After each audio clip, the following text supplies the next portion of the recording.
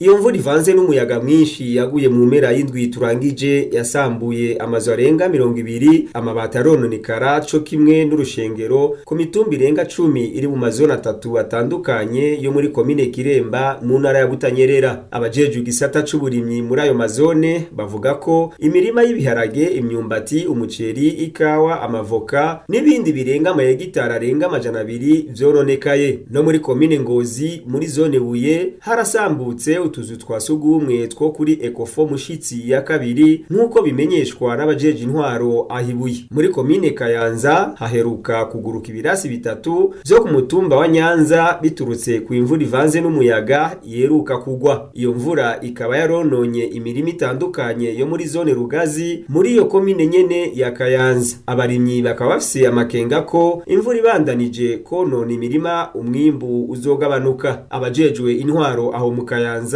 bakaba bamenyesheje ko abakozweko n'urubura ruheruka kugwa muri zone Rugazi bazosubira bagateragira izindi mbuto kuko izambere zononekaye.